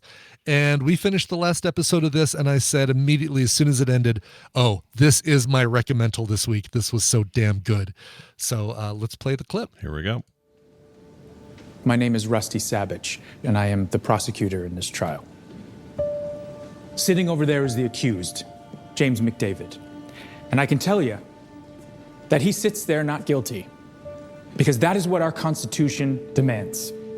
Now, I will present evidence to show you that the accused committed this crime. And should you find that to be likely, you got to vote not guilty. Should you find that to be very likely, you have to set him free. My job is to prove guilt beyond a reasonable doubt. And being on a jury, that is a high calling. And being entrusted with the prosecution, satisfying the burden of proof, that is also a high calling. I will live up to my duty. And I ask that you rise up to yours. Let's do our jobs, shall we? I hear a Gyllenhaal. You do hear a Gyllenhaal. The Jake variety there. Getting a chance to work with his sister's husband, Peter Sarsgaard, who plays the prosecuting attorney against him. This is presumed innocent. So Rusty Sandwich there, Jake Gyllenhaal, is a prosecutor who all of a sudden becomes the prime suspect in the murder of a colleague at his office there because he was having an affair with her the whole time. Oh, no. And so he becomes the prime suspect, and it's Sarsgaard's job to prosecute Gyllenhaal. Boy, it's turning into something. I'll stop that right now. You think that's bad? You should see these guys at Thanksgiving. I'm sure it's just a riot around that table. Sure. Oh, could you please pass the turkey there, Sarsgaard? Oh, sure, no problem. Gyllenhaal. Yeah, totally. So this is a series on Apple TV Plus. This surprisingly was renewed for a second season, not because it's bad, but because I feel like they started a story and they totally wrapped that story up very well. And very shockingly, and I'll just say that's as far as I'll go with that.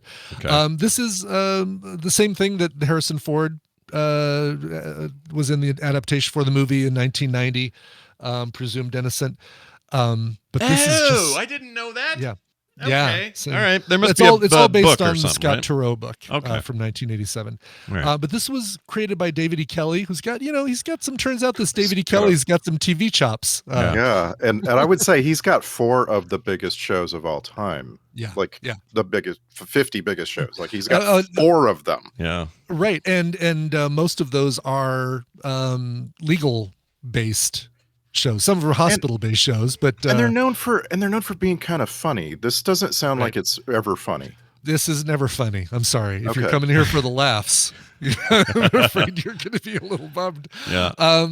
But you do get Ruth Negga as Rusty Sandwich's wife. You Love get her. She's amazing. Bill Camp, who if you see a picture of him, you say, "Oh, I love Bill Camp. He's great." It doesn't matter what Bill Camp does. I Yeah. am captivated by Bill Camp. I love Captivated? that guy. You could say I'm captivated. That's very good. I Yeah. would camp out for Bill Camp. I love that guy. You also get Elizabeth Marvel as Lorraine, who's Bill Camp's wife. He's basically kind of the boss at the legal firm where Rusty Sandwich works, and I'm going to keep calling him Rusty Sandwich because it's really funny. I like it. But Elizabeth Marvel plays his wife Lorraine. You also get Lily Robb. You get Rosanna Arquette. You get Mary Lynn Rajskub, which we haven't seen her in forever. Quite a bunch of Mary Lynn Rajskub. I'm lost. Who is this? She was Chloe on that season of 24. Okay, got it. She's like a comedian by trade, but then ends up in a lot of serious stuff. Yeah. She's great. Yep.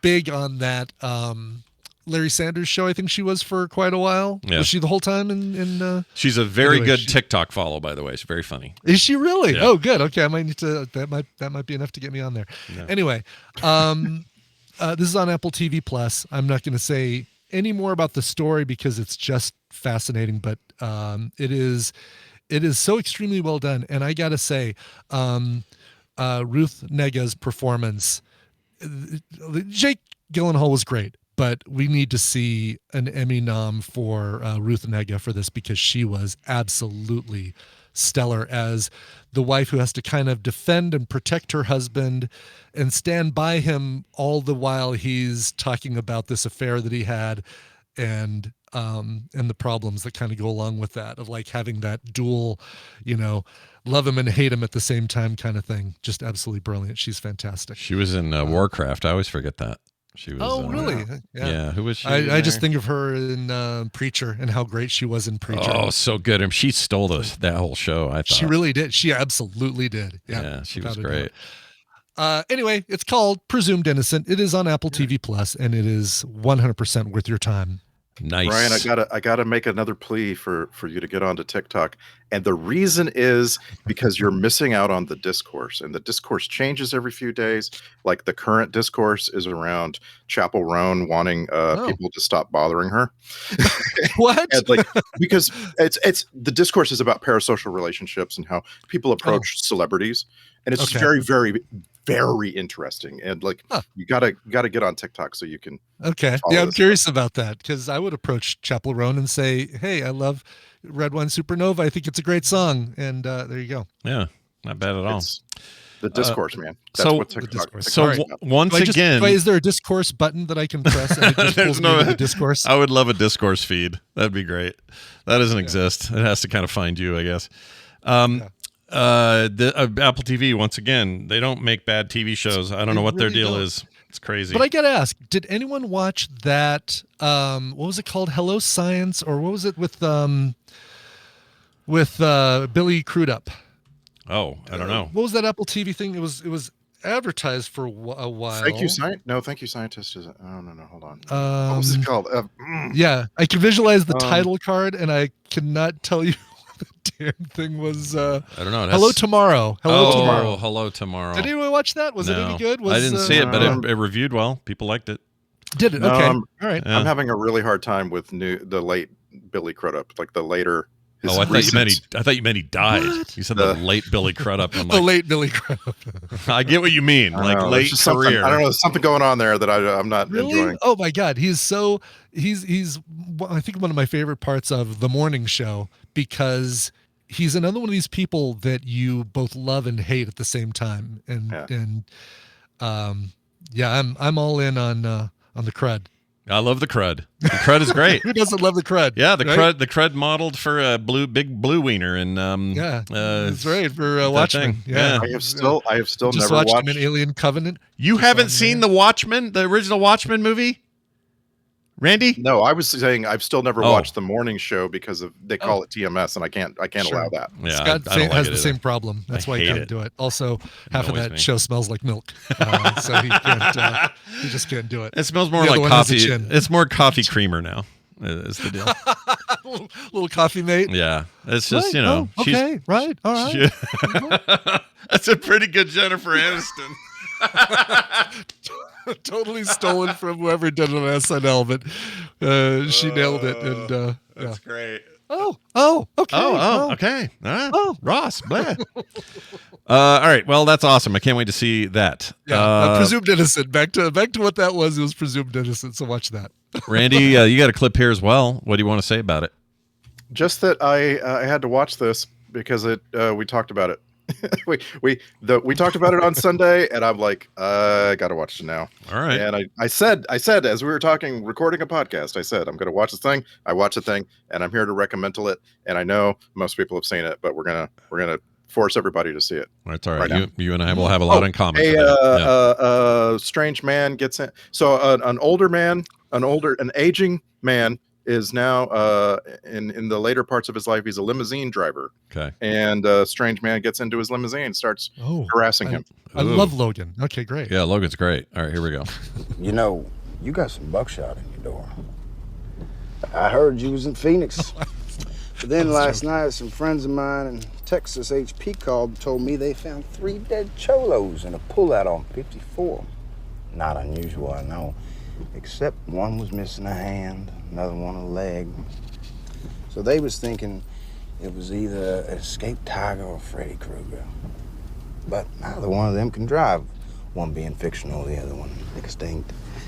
And since the wheel lugs they found belonged to a 24 Chrysler, well, this is a 24 Chrysler. She found you yet, Gabriella? See, I'm not looking for you, Woovie. Well, not really. I'm looking for someone who's looking for you. She took something of mine when I wasn't looking. Seems intense. That is Boyd Holbrook, and I always try to pull the first dialogue in a movie, and he gets it here, and it's like, man, he is underused in this. He's so freaking good and scary, and Kentucky, and he's talking to the Wolverine. Huge Ackman. I know. Huge I was Ackman. making a joke, and you said, "Oh, old man is a limousine driver." I'm like, "Oh, Logan."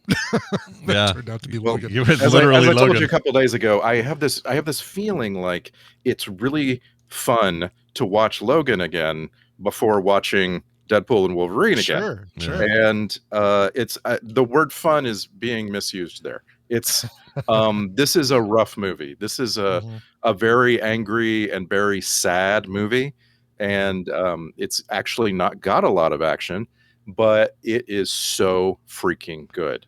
Every scene where someone is talking to Wolverine, they are putting on the performance of their lives. Yeah. Now, what's crazy is this guy, Boyd Holbrook, you just mentioned. Yeah. He's in Logan. He plays a character named Pierce in the movie Logan. So this is even in their first time hanging out. These two, right? I'm recommending the movie Logan. Oh, I thought you were talking about.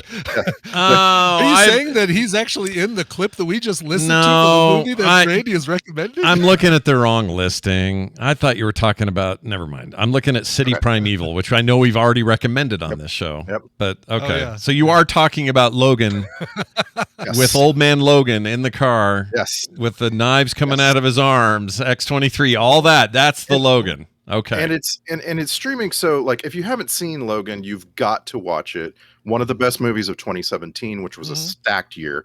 One of the best superhero movies ever made, but it's not really a superhero movie. It's a pair of character studies that intertwine and end with a whimper. But it's so well made, just every part of it, the music and the visuals and just like everything. It's just everybody's, like I said, they're putting on the best performance they can give. Patrick Stewart, even in his he's not got a huge role here. He's dying. He's going crazy.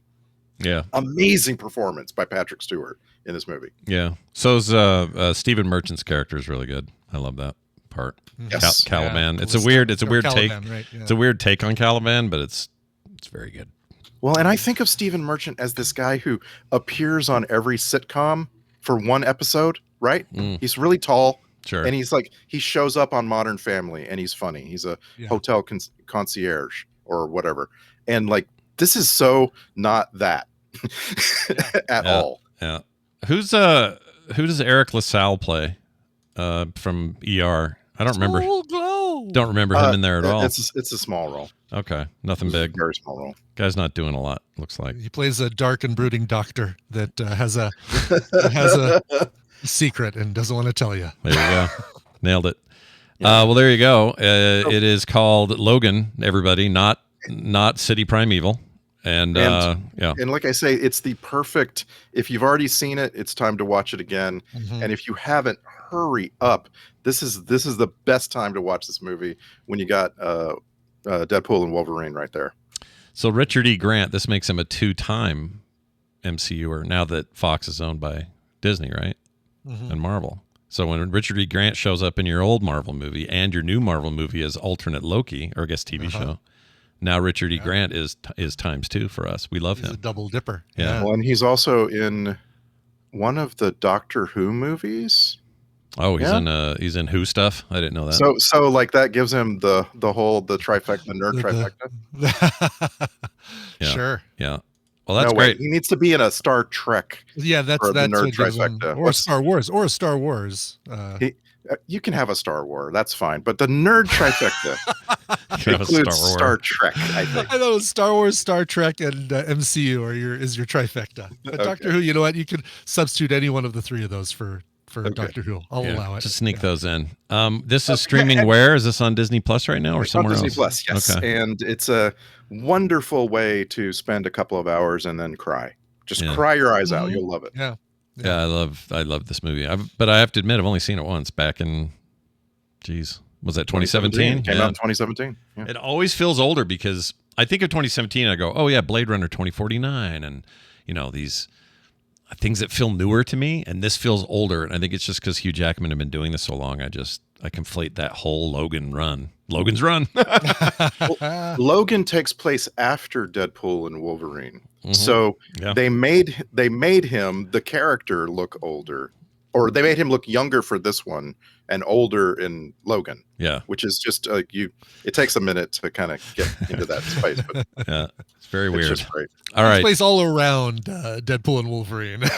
Okay, sure, yeah, I yes. Sure. Now, I was going to give you guys a recommental about an anime that I started watching, but I'm not now because I got to a point in this anime where they did a thing that annoyed me so bad that I had to capture a tiny bit of it to share with you. Oh, please tell me. It's worse than that. So this whole thing is really? English. Okay. It's all English voiced. It's on Netflix. It's called Yakitori something. I forget the full name.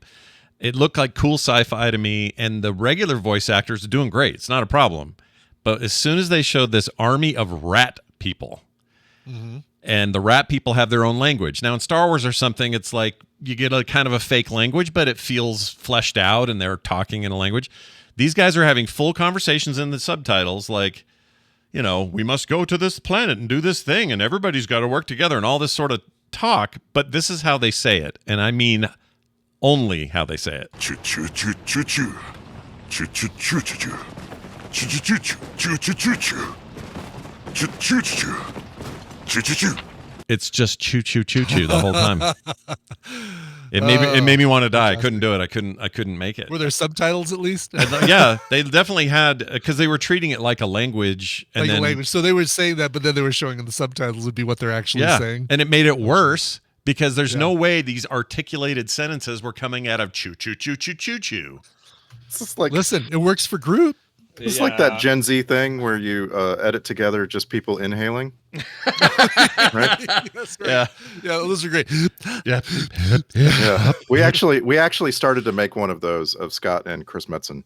It's like, what are we gonna do? This is gonna be a lot of work for nothing. Director's cut. Yeah. You guys have some great outtakes. I hope they end up showing up somewhere, because there's some pretty good. There's a good line where Randy had some craft services come in, and I said, "Just bring us a box of ding dongs." And Chris goes, "Scott, this is a family show," he says.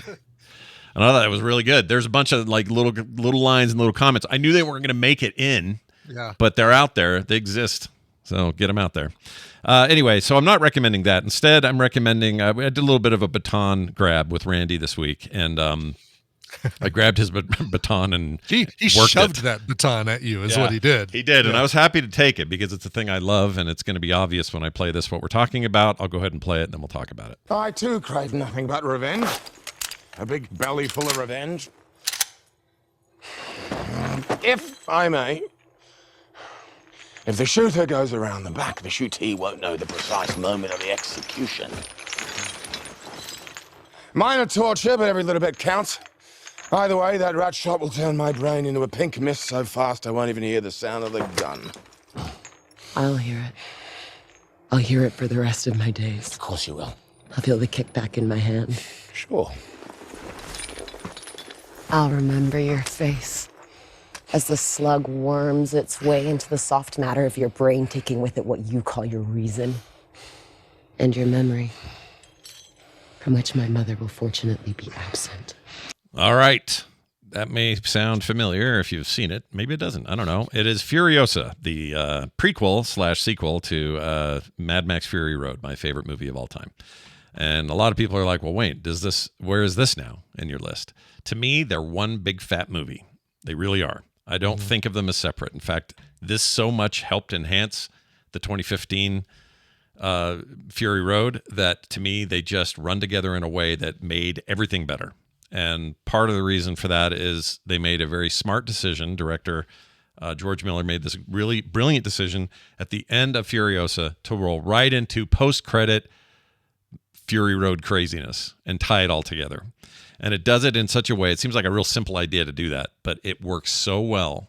And I highly recommend making sure you stick through that part of it. Stay in for the credits. I'm not saying it makes it a bad movie if you don't. I'm saying it will really enhance your Fury Road love. But Furiosa is, by design, a different movie than the previous. And there's lots of reasons why. I won't get into all of them, except to say I think it is both refreshing that he decided to do some things differently and not just make the same movie over again, but also still manage to include some of the coolest action set pieces you're going to see this year or any other year. I think Furiosa is awesome. And Fury Road takes place like in a weekend. Yeah, it's short.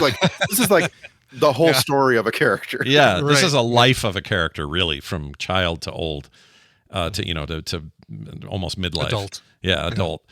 And that's a lot more layered, a lot more to say, a lot more to do. You heard in that clip, of course, Chris Hemsworth just chewing that freaking thing up.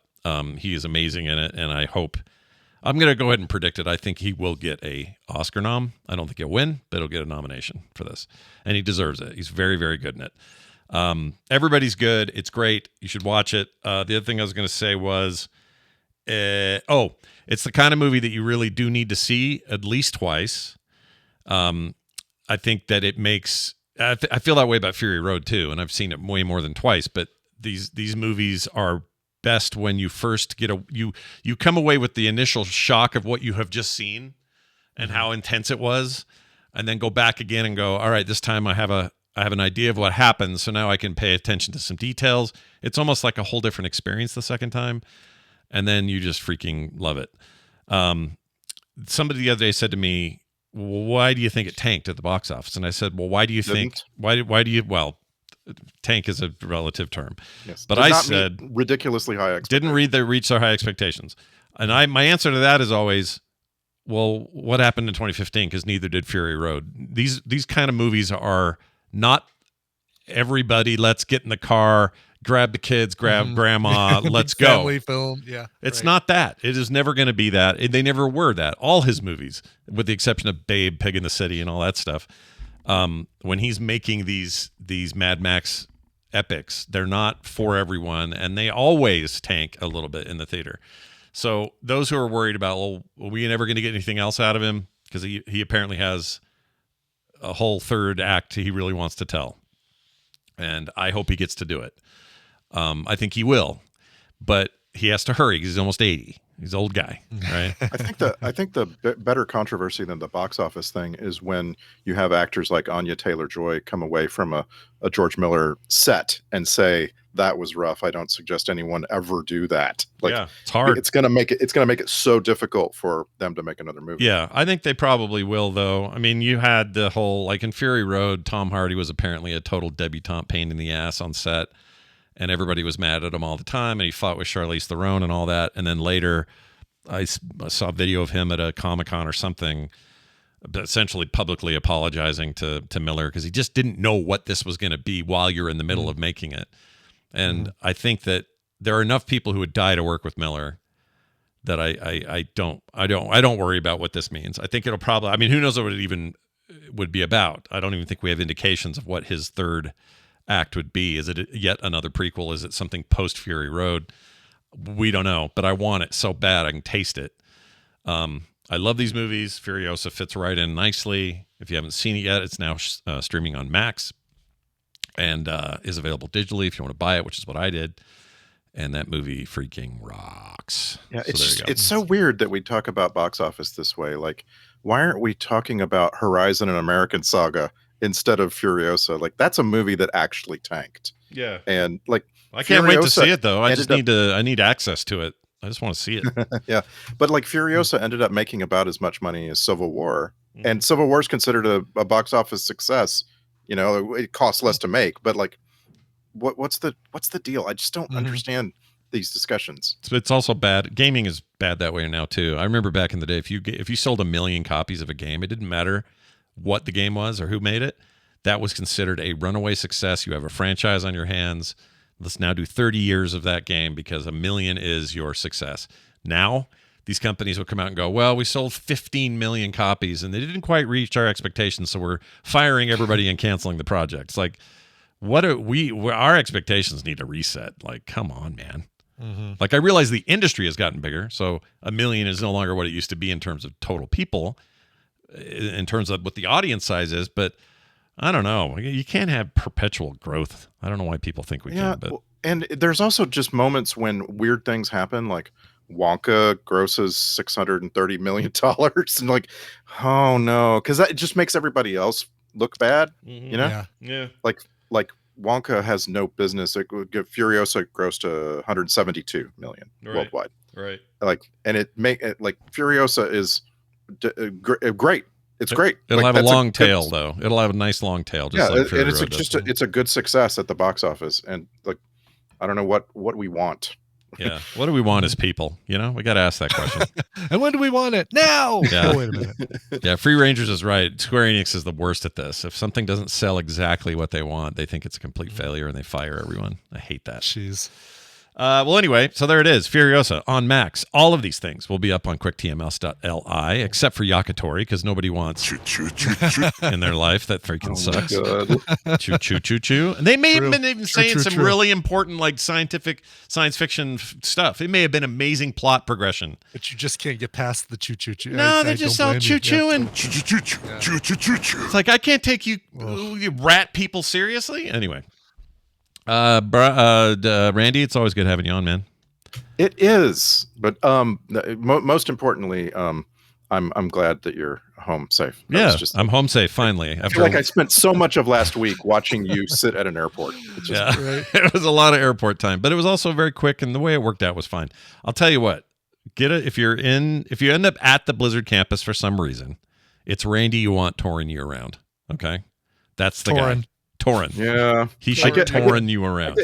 I get lots of requests from all around the company, and don't tell my boss because it's like that's not my job. It's not your job, but you really know the place, and you knew all the places to go, and you knew all the stories, and you knew all the stuff, and that's, I don't know, man. You should get a raise for that. It was really good. Well, anyway, have a great day and a great week, and I will talk to you. Film Sack. We're gonna watch Daughters of Satan. Yes, we're actually gonna watch it, even if it sucks. Because 666, baby. 666. Yeah, we got the number of the beast. We've been trying to pick a movie forever, and we finally did it, and it looks awesome. Looks terrible, but awesome. It looks terrible, and I'm all here for it. We've watched a lot of great things lately. I want to see something terrible. Yep, let's get in there and do it. Have a good one. We'll see you next time. Hey, Brian. Hey, Scott. We're almost done with the show. Real quick here, Instance 2.0 today. It'll drop around 3 or so on YouTube and the feeds. It will not be live. I've made that clear in previous videos and stuff, but going back to an old-fashioned podcasty method, kind of like we do with Film Sack. I like to take it back where, nothing wrong with the chat, but you guys can be distracting and whatever. You're a distracting bunch of freaks is the problem. Yeah. And I want to bring this thing back as a much more crafted type thing, and that means there'll be a little bit of editing post, and the video go up on YouTube though in full, so don't worry about that if you're wanting to watch it, and of course all the audio feeds. So get subbed up now. Make sure you have the current feed. There's some weird caching thing across the internet where I cannot get the old Instance feed to see the change. Oh no, really? Because it's so old. It's like 2006. So do you have to really call it 2.0 then to No, it's just start a new feed up? It's just a whole other feed. So the other feed exists. It's in there. Most people are getting it fine, but occasionally people will be on their player go, this doesn't look like the right one. So I even swapped out. If you're getting the old one, you'll get album art that will say, this is the wrong one. Go sub over here. I don't know what else to do because I can't control it. But anyway, go over and check it out. This is not the World of Warcraft podcast because you do have to. Because you do have to. Yeah, we'd like you to not have to. That's the whole slogan. Yeah. So get it at frogpants.com/instance and watch for it later today. That's going to do it for us. The site for all the things we do, frogpants.com/TMS. Go there, check it out, see what you need. Brian, in the meantime, let's play a song and get the F out. Okay, we talked about Mailman Bob yesterday on the show. Well, we're going to talk about him again today. Robert Finnegan wrote in and said, this is an anytime request. Just got into these guys and loved the 50s throwback soul sound of the lead singer's voice. Punch a hobo, though. Signed, Mailman Bob from Connecticut. Nice. Dude, I had not heard this cover, and it is so good. This is a cover of the NXS song Never Tear Us Apart. It is comes from the Outer Banks season 3 soundtrack, although I'm sure it's on a Teskey Brothers album somewhere else as well. That's right, it is the Teskey Brothers. Here's their cover of NXS's Never Tear Us Apart. This show is part of the Frog Pants Network. Yes, get more at frogpants.com.